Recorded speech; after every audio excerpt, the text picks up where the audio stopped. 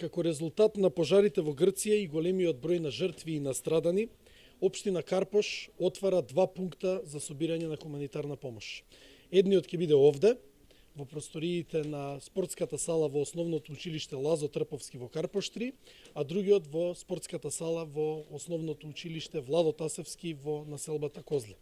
Пунктовите ќе бидат отворени денес и утре од 12 до 18 часот, а за време на викендот од 10 до 14 часот, каде што вработени од администрацијата на општината заедно со граѓани ќе бидат на лице место да ги примат поддршките и донациите од граѓаните.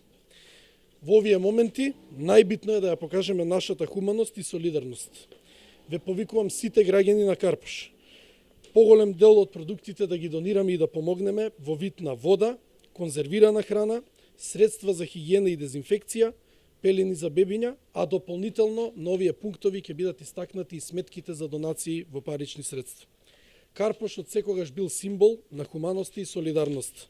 На денот кога одбележуваме 55 години од катастрофалниот скопски земјотрес, да се солидаризираме и сите заедно да подадеме рака кон Атина, која во минатото помогнала во возобновувањето на Карпош.